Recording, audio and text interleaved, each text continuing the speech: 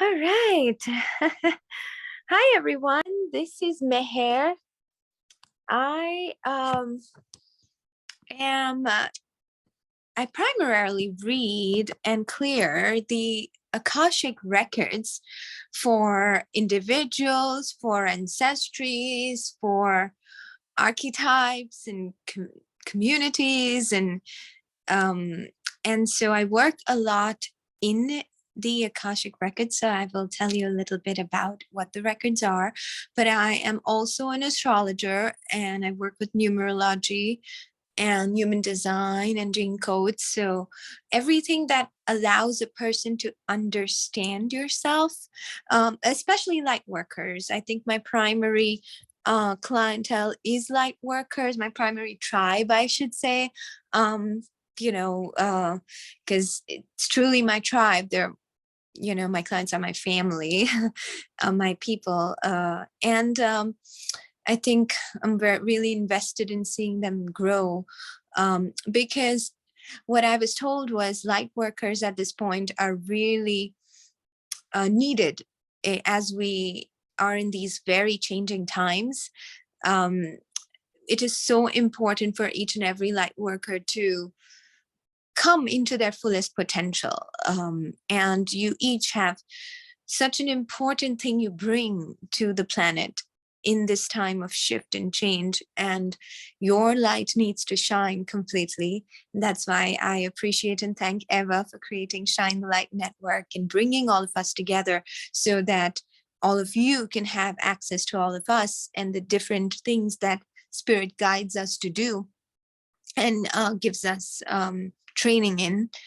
So we end up specializing in that, and in order to help you and assist you in this growth. So the way we work in the records, the Akashic Records, the word Akash means ether.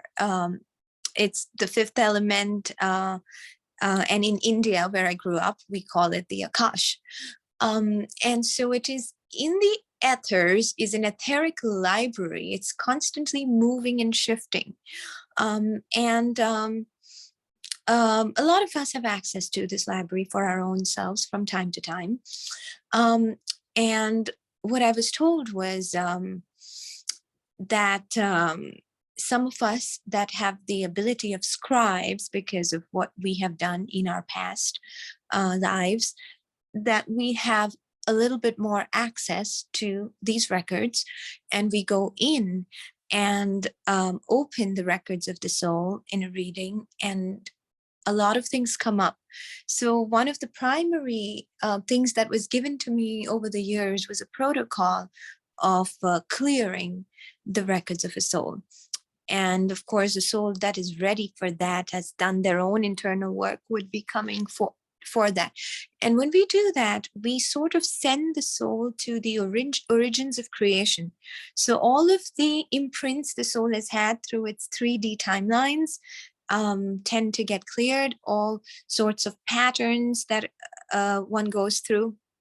We all have our own patterns, or certain trauma, certain not just the belief systems from this timeline, but the reason we choose a certain type of timeline in this timeline, which is depicted by our astrology, like the soul sets like a border, a box for themselves, saying that, okay, I'll operate within this box. I'm going to work on these sets of issues using these gifts that I have.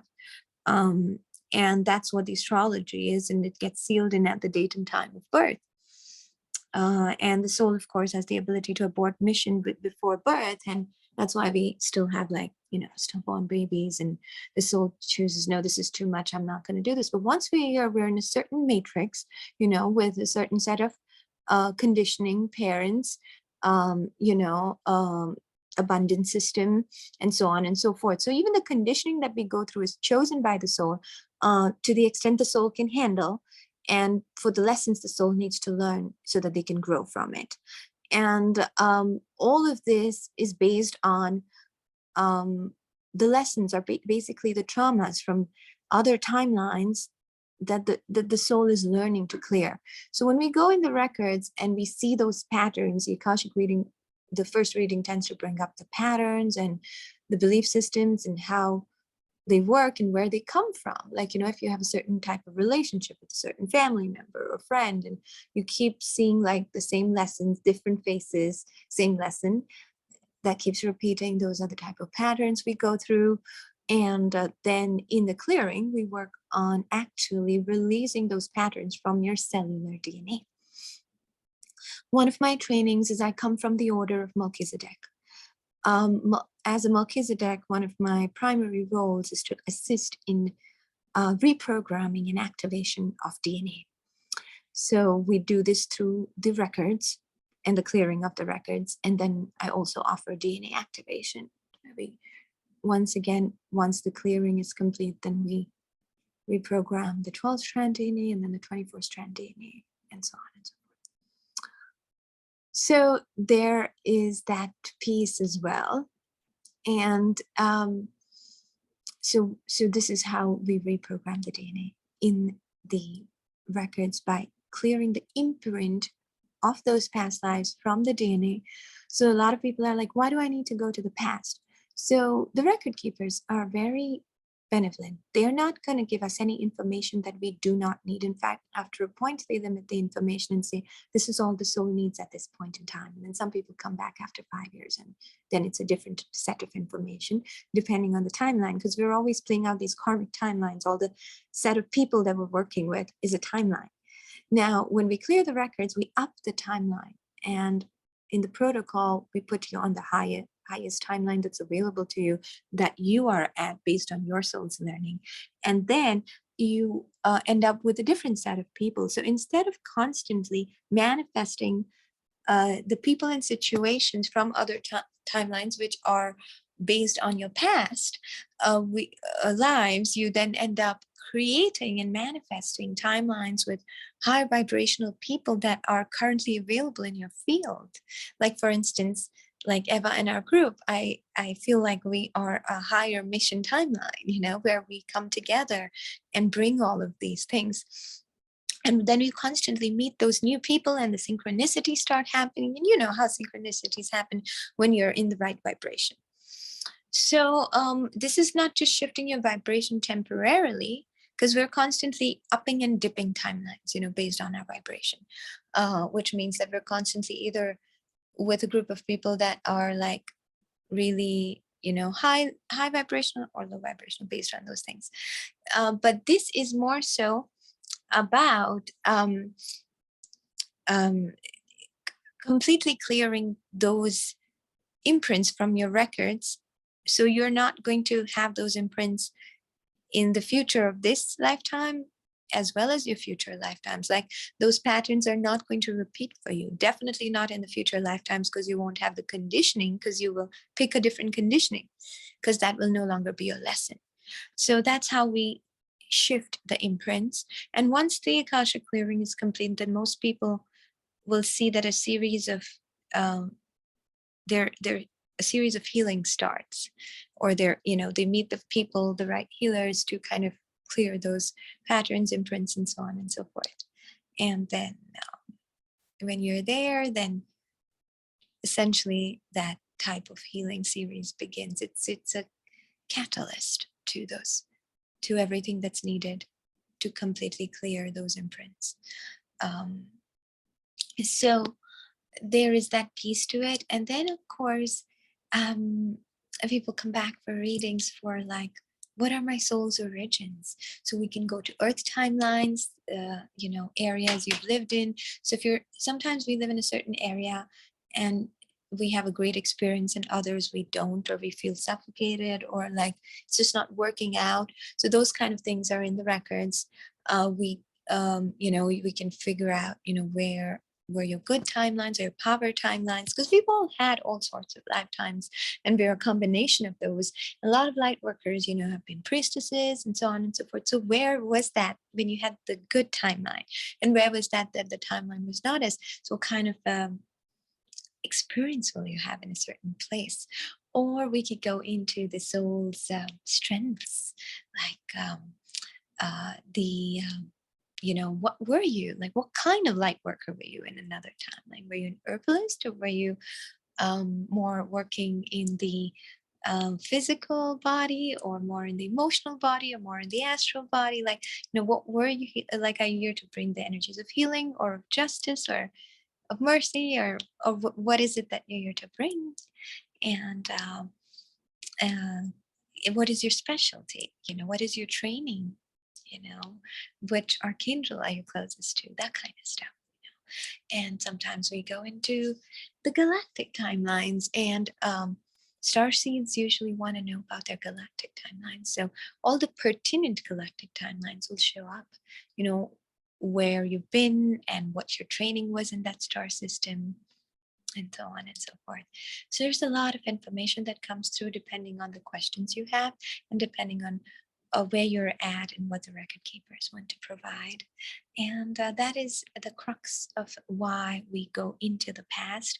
And it's not just it's not just a past life regression where you're regressing one timeline.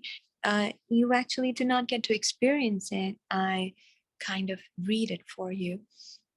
So we kind of, filter it down so that you're not necessarily re-experiencing any trauma. And then clearing it so then you don't have to re-experience the trauma in order to understand it. And it's many, many timelines that come through, and not just one or two. So yeah, sometimes it's important just to understand ourselves. That is the crux of this work. And also, what I was told was that every light worker needs to be cleaned up. A lot of light workers have imprints of persecution from other timelines. You want to say so much, there's so much coming through that spirit is giving you, but there are things blocking you, and because of old past fears. And so those kind of things need to be cleared up so the light worker can shine and come on their highest mission timeline and perform at their optimum. So spirit wants us to perform at our optimum, and that's why spirit gives us these tools to be able to just kind of release. Because in the age of Aquarius, as you all know, we've entered the age of Aquarius officially astrologically in December of 2020. Between that and March of 2021 was when astrologists said we entered the age of Aquarius. So we are in it, even though we're in the beginning stages. But as you see, astrologically, on my YouTube, I'm always talking about what is going on in the cosmos astrologically, and we'll talk about a little bit of that also today. It's very important for people to know like where we're at. But we have so many potent portals that we pass through lately. Even astrologically, there are so many more portals than there were, like say 10 years ago when I first started. It's because we're all being pushed and propelled to shed the past, to come into use these opportunities or portals as like different types of all of the past is coming up for clearing in different ways. Like we're seeing very clearly where our flaws lie, and we're able to shift them. We have opportunities to shift them. So a lot of that is happening, but if you're not perceiving that in the right way, what could feel like was that time is just running and so much is shifting, and I'm a victim of all these very intense timelines that are shifting. But what is really happening is all of these are opportunities for growth, and you are not the same person you were 2 years ago, because there is so much shedding and upping and all of that. And anything that's that's dysfunctional or not in alignment comes up for intense clearing. So that's another piece. So it helps to get assistance with these pieces if you feel like you're drowning with all of that, and understand that everything that's happening is only in order to up you a level, a notch, every time. So the challenge is also a gift. The lesson is a blessing if you look at it that way. So that's very important for us to understand when we go through all these shifts. And in the new age of Aquarius, the old paradigms do not apply. So what do I mean by the old paradigms? Like in the age of Pisces, anyone who was a keeper of Christ consciousness or brought in those codes, there was an element of sacrifice, because that was the theme of Pisces, right? But in the age of Aquarius, we do not need to have any sacrifices. We do not need to suffer in order to bring Christ consciousness. We can very well merge what we do and appear normal in the world, because the world itself is shifting towards being that way. It's the ones that are very stuck in the third dimension and are not able to function. They are the ones who are suffering the most, the ones that are not in alignment. Anything that's not in alignment is shifting and clearing. And the ones that are struggling to keep that are the ones that may be suffering more than the keepers of the Christ consciousness codes. And when I talk about Christ consciousness, I'm not talking about Christ or anything religious. I actually grew up in India. I did not come from a Christian origin. So, but Christ consciousness, and we call it Krishna consciousness, it's more or less the same, is the consciousness of unconditional love that every volunteer soul, like the 144,000 volunteer souls, bring in order to save the planet through unconditional love. And I have, for those of you who need to learn more about this, I have a whole video that was channeled right at the dawn of the age of Aquarius. Eva was actually there, which talks about who the 144,000 are and how they bring in the Christ consciousness, and the Pleiadian High Council comes through, and it's on my YouTube. And I'm pretty sure Emma will put a link or something in there. But if you want to look at that, that will give you an idea. But the long story short of it is that we who bring the codes of unconditional love and teaching others about that love, in our own way, we volunteer souls and no longer need to sacrifice. And in the age of Aquarius, it's amazing because Aquarius is about technology, about aviation. So we have more and more access to our galactic family. They are going to be showing themselves more and more, and you may have found some of that, getting to know your galactic family. And also in the age of technology, we're learning more and more about how starships work, how, both the benevolent and the non-benevolent galactics, how their attacks work, how implants work, how those implants can be cleared. So they're training us in all of these things. It's very technological, I would say, So, and things like of that nature where, it's a constant upping of kind of releasing of old patterning, old implants, old everything, and how to bring in it, like for instance the energy of the benevolent ones in order to heal, and so we have constant access, and we're learning that technology is just a tool and it's not good or bad, but here's something, a very important piece that came through recently, that a lot of us think like technology and 5G is bad. And of course, 5G is bad. I absolutely have no arguments against that. What I'm trying to say is that as technology advances, instead of just looking at it like, oh my God, we're a victim of this, what we must understand that we're also being given good technology. We're also being given, there are so many different things like Healy. Yeah, I'm sorry, I should not, I don't want to use brands or words. I don't want to sound like I'm advertising, but there's patches and med beds and so many different things that are coming into the human consciousness that are guided by the benevolent galactics that want us to be able to understand those things, that are able to kind of, release the artificial AI that's non-benevolent. So if anything, instead of shying away from technology, we need to strengthen ourselves in technology so we can actually fight what's coming in terms of I don't like to use the word fight, but we can counter what's coming in terms of,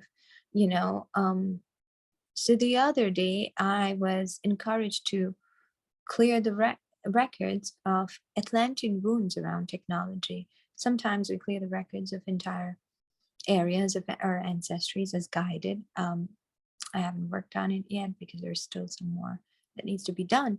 But the understanding is that a lot of us also have wounds around that saying, oh, I'm not good with technology. And that's because in our Atlantean lifetimes, there could have been, something we were good at, and then that was misused either by us or others to kind of, and it came down. So we all are like, oh, I don't want to go there, So those kind of imprints stay in the records. And so those kind of imprints need to be cleared, because if we are to fight AI or counter AI, we need to bring back our memories and on how good we were with medical technology. And again, I'm not talking about the mainstream medicine, but I'm talking about alternative medicine using photonic solar light, using the power of herbs, but in a different way, and so on and so forth. So there's so much that's coming through. People are coming through with it. And it's important to understand there'll be more and more of such innovations in the age of Aquarius, because it is about innovation and technology, and to get comfortable with them. And not only that, but to use them, once the experiments are stable, to bring them into your field, in which will help you counter. And then there's, of course, another way to get closer to Gaia. And a lot of communities are forming. We've been told to go solar, get closer to Gaia, kind of in order to get away from very dense places is also another way to counter those things. But there are many different ways to do them, and we're learning as we evolve, and it all depends. There is no right or wrong way to do it, because we're actually going and seeing which way we're all evolving, and we're evolving based on what we're creating. So this new Earth, remember, this is not the only time we have been this technologically advanced. We haven't even scratched the surface.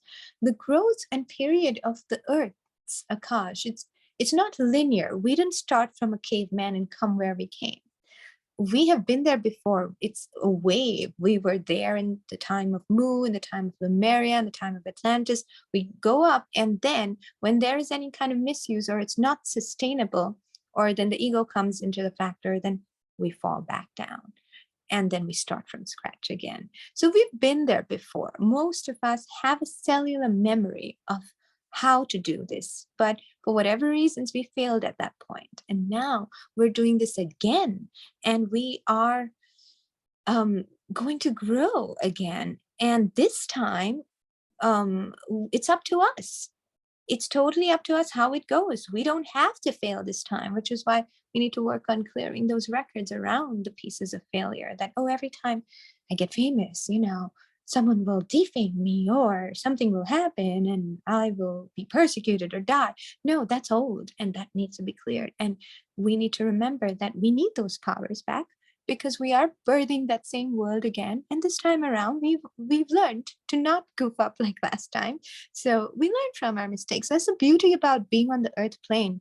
Like a lot of people are afraid of making mistakes. Well, if you make a mistake, you are actually completely having an experience, and only by having a complete experience do you learn, so that you don't do it again. And if there is no too late. People come and tell me, oh, I'm already 40 and I haven't done anything and everyone else is married. It's this thing is, it's your soul. Those souls didn't come with what your soul came to clear, to learn, to, everybody's soul is a different soul. You start from a different place every time. You had your own experiences and your own learnings in this lifetime. You cannot really compare with the status quo. And your soul, once it learns, so many gifts open up that the other souls may not have, or so on and so forth. So fully have the experience. If you don't learn it this time, you'll come back and learn it, and you'll come back. Well, a lot of us may ascend in this timeline and never come back, like, we don't know. It all depends on what we choose for ourselves, what we choose to do with this time. So have that experience. It's okay to learn. And it's better if you are doing it right the first time around, because then we won't end up like Atlantis did. But But if you make a little mistake here and there, as long as you realize it and you understand it and you program your higher self to not do that again, working with your higher self, your guides, the galactics, so much help, learning how to work with them. It's so much help is available. Everybody, there are so many benevolent galactics that are looking at Earth, because if we're the weaker link, if we ascend, they ascend. So they are very, very invested in assisting us, and we can access that assistance. And there are people who are here to teach you that if you are not sure how to do that. And also understanding that, if I try, and it's trial and error, and if it fails, I'll do it again, and I'll learn how to do it right, is okay. So that is a little bit about the Age of Aquarius and what it feels like. The Age of Aquarius is also about the collectives. That's why there's so much about building the community, going back to Gaia, so you're not a victim of the ill effects of the negative use of technology, being closer to Earth, coming back to not forgetting that as we get technologically advanced, that there is still our planet and the plants, and nothing will heal you more than like a walk in the neighborhood woods, So you are once again regenerating with the photons and the nutrients that they provide, and working with Gaia so she continues to stay green, and using technology in order to allow her to stay green and not the other way around, like aquaponics and hydroponics and whatever, that's technology in order to help her stay green, not the other way around. So it's up to us, how we use these amazing new tools that we are all receiving or downloading, through Aquarius, which is ruled by Uranus, and Uranus is the lightning bolt that provides downloads, powerful downloads. And those downloads allow us to create new things on the planet.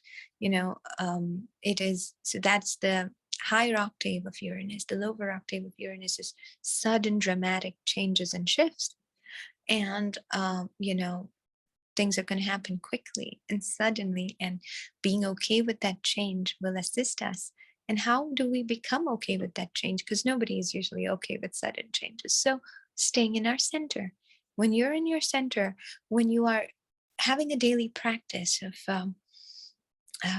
clearing and shielding and centering, and knowing, the inner knowing that when the change happens, like, what do you do? Okay, do I do this or do I do that? This is brand new. I've never been through this before. Come back to your center. Talk to your higher self.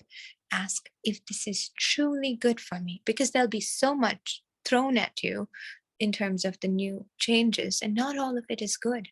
So discerning that is important. And the way you discern it is by being in your center.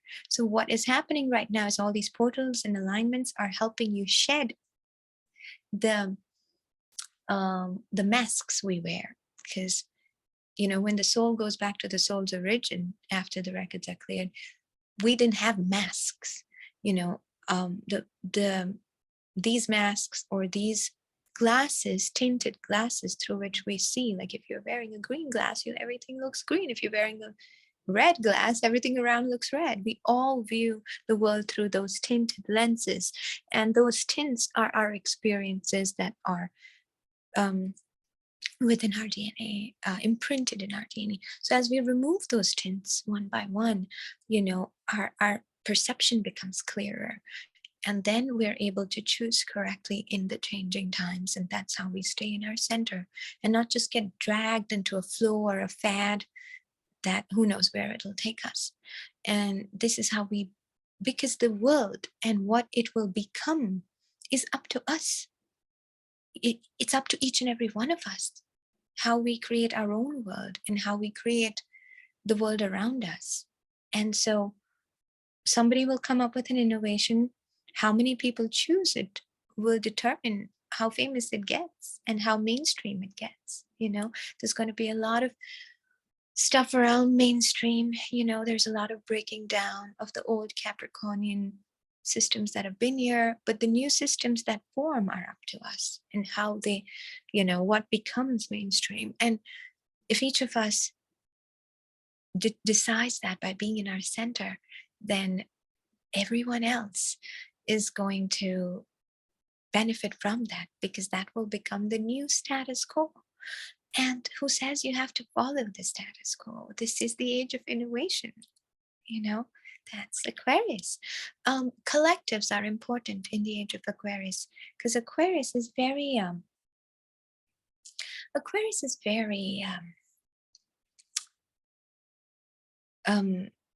it's all about the good of the many over the good of the few. It's that sign is very about the collective. It's whatever works for the collective. It doesn't matter what the individual cares about. So but of course the individual manifestation is what's going to become the status quo of the collective, right? So it's both ways. But the Aquarian perspective is very it's thinking from the head, rather than thinking out of impulse. It's like, what is logically best for the collective? That's the direction we'll go in. And that piece is important for us to know, that coming together is so important. The stronger we come together as collectives, the more we will be able to create, the stronger we will be able to create. And of course, it's the individual process that comes through within the collective, but living in collectives and in communities is going to become a theme in the age of Aquarius, because there could be a divide within the communities and the way people do things. As things shift and change, some could decide to do it a certain way and others another way. So when those kind of things happen, when you are with a collective that resonates with you, that will provide you with a support system, because as humans, we're all social beings and we need validation. Something is telling us this is right, this is wrong internally, but we get so carried away by what others are doing. So if we're within a community that is aligned to us and our truths, then those truths will be validated, and we will get a support system to function within those truths. And that is why it's so important to be with the right kind of community. And that is so important within the age of Aquarius, right? So those are certain themes of the Aquarian age, and a lot of the old is completely shifting, because we're not on the brink of a shift of a century, but an era that is like 2,000 years, is when, and 2,000 something change is when an era shifts. And so in all the texts have written about that. The Vedic texts talk about, the changing of the Kali Yuga and coming off the Satyuga. So we have the potential. The potential is so much that in this timeline, we can clear all of our wounds and ascend. So essentially, when you pray to your ascended masters and you're saying, oh, help me with this, help me with that, what they're saying is, well, you can ascend and become like us if you so choose. Because the fifth dimension that we all talk about is the dimension of oneness. Once we come into the plane of oneness, then we're no longer in duality. And that's how a person ascends. And we're not just talking about, we were seeing snippets of how to access the fifth dimension. So many of us who channel and are light workers are most of the time hanging around in the fourth dimension or the fifth or many higher dimensions, right? We've all accessed many higher dimensions, but we're not talking about accessing them from time to time.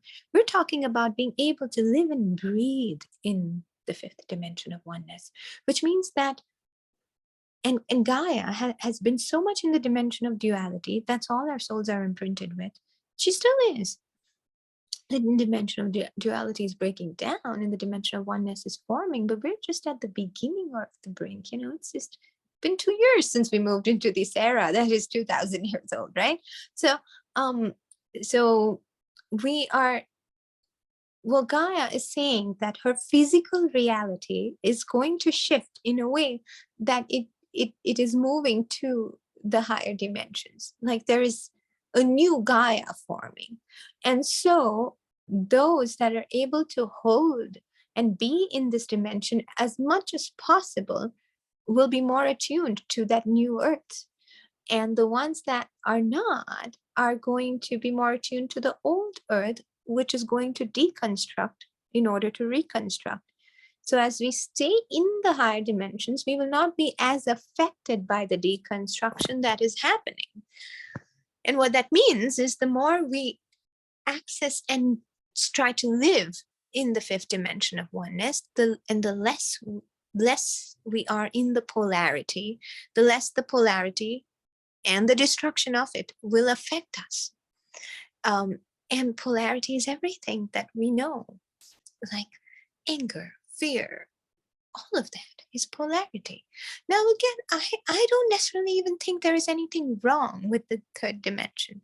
You know, we've all been souls in the higher unidimensional spaces and wanted to come here and volunteer to assist Earth because we also knew that there were some joys in the dimension of polarity, you know, the flavors, the colors, enjoying the senses, indulging the senses. And that was only possible because this plane had duality.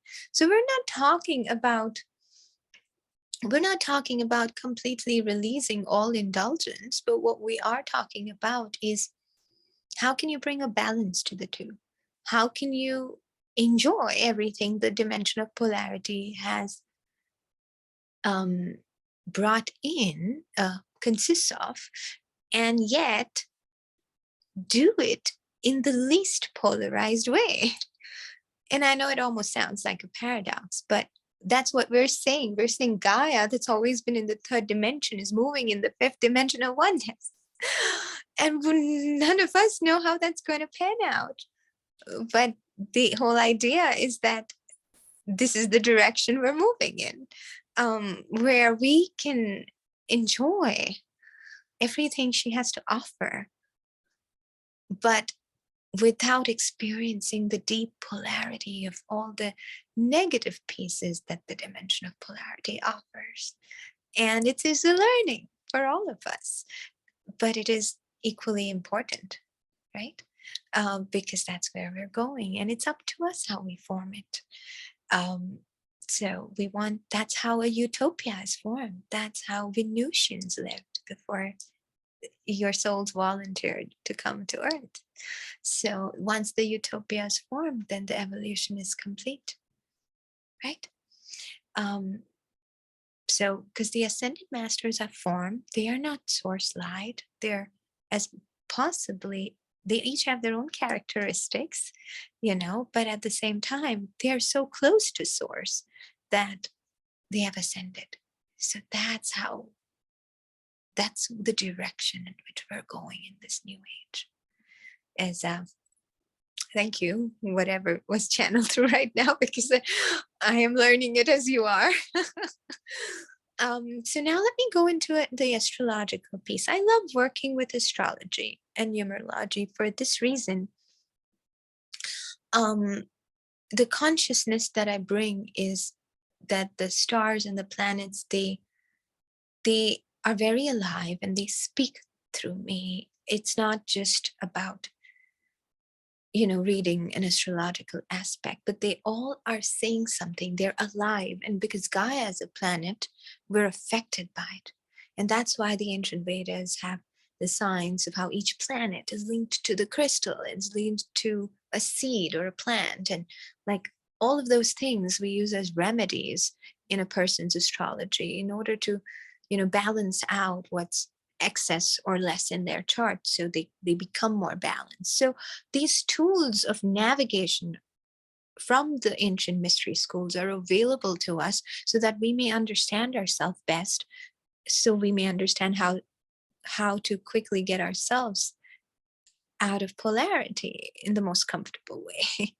So these are the different tools. So I am going to dive into a little bit about the astrology and about what's coming, because I always love doing that during my talks. And so let's look at that piece here. And we are still in the energy of a very potent full moon in Gemini that just happened. This was an intense, well, it was not as intense as the eclipse season full moon that November ended, but this is more, it's not intense, it's strong, because it's all about Mars. And Mars, is our mojo and the god of war. So what happened with this is that the full moon was aligned to Mars, but Mars was in retrograde. So so basically, when Mars is in retrograde, there is a sense of irritation, like you want to go forward with everything, and then it tells you to stop and rethink and there's like the momentum in the cosmos is not, is telling you to stop, redo, rethink instead of just going forward. So that creates irritation with Mars retrograde, and the full moon was totally aligned to that. And so a lot of other things that can happen is like these passive aggressive outbursts of because all this energy is trying to come out and burst, but it's like bottle capped. So there could be themes around, and it's the theme around the world, as above so below, as within so without. It could be in our internal lives, or it could be out there in the political environment.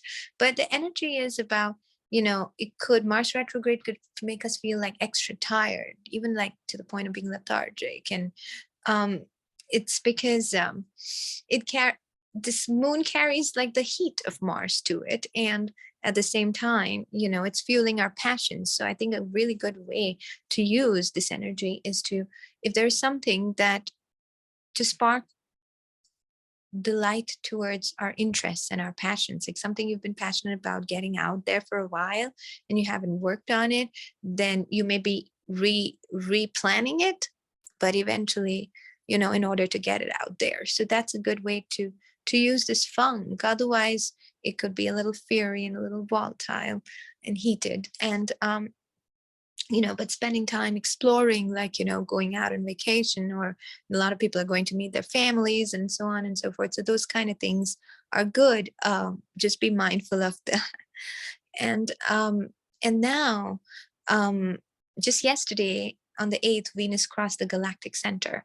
And so that brings it at a very high sensitive point. So, the energy is deeply concentrated when we're pointing to the galactic center. So it's supercharged and it's activating Venus. So essentially it's expanding our heart. The lower octave of Venus is our, the people we love and in our lives, our family, our homes even. But the higher octave of Venus is that of that unconditional love. And expanding into unconditional love, meaning anything that blocks us from unconditional love could have been released. There was that potential yesterday, and the energies kind of stay, a little bit before and after. So, so we're still in that energy where we could do that. And we have the potential of essentially releasing anything that stops us from the unconditional love. So if you're having an argument with someone because of the heated full moon, now is the time to bring it to closure. So that's another thing. And December 12th is going to be a potent date because it's 1212, and that's a very powerful angel number, of course. So, it's the number 12 is very high frequency. I was born on the 12th, but so I've kind of studied it in a lot of depth. And the 12th represents like a wholeness. Like 9 is completion, and 12th is when you have graduated or something like that. So this is like you're recognizing the wholeness inside of you of whatever you were working on in the past 12 months, and completing the chapter, the lesson, and going on. Then you can move on to the next chapters. There's a lot of completion happening this December.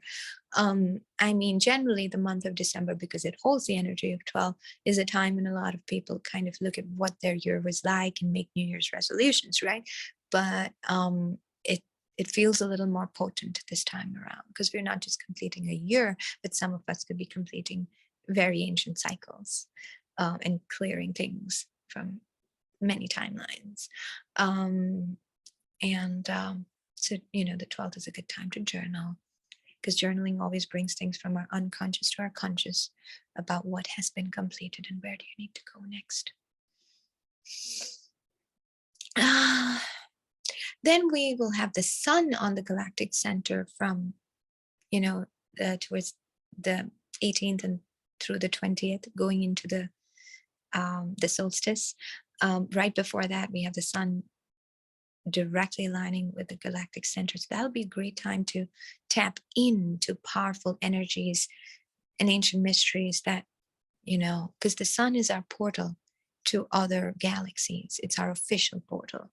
And when the sun is aligned to the galactic center, a lot of downloads come through for our own galactic timelines and also from our galactics that are assisting us. So it's going to help us feel more aligned to our star origins. And this is another beautiful thing the records reveal. I love working and telling people about their star origins, because we really need to know where we come from, where our real family is.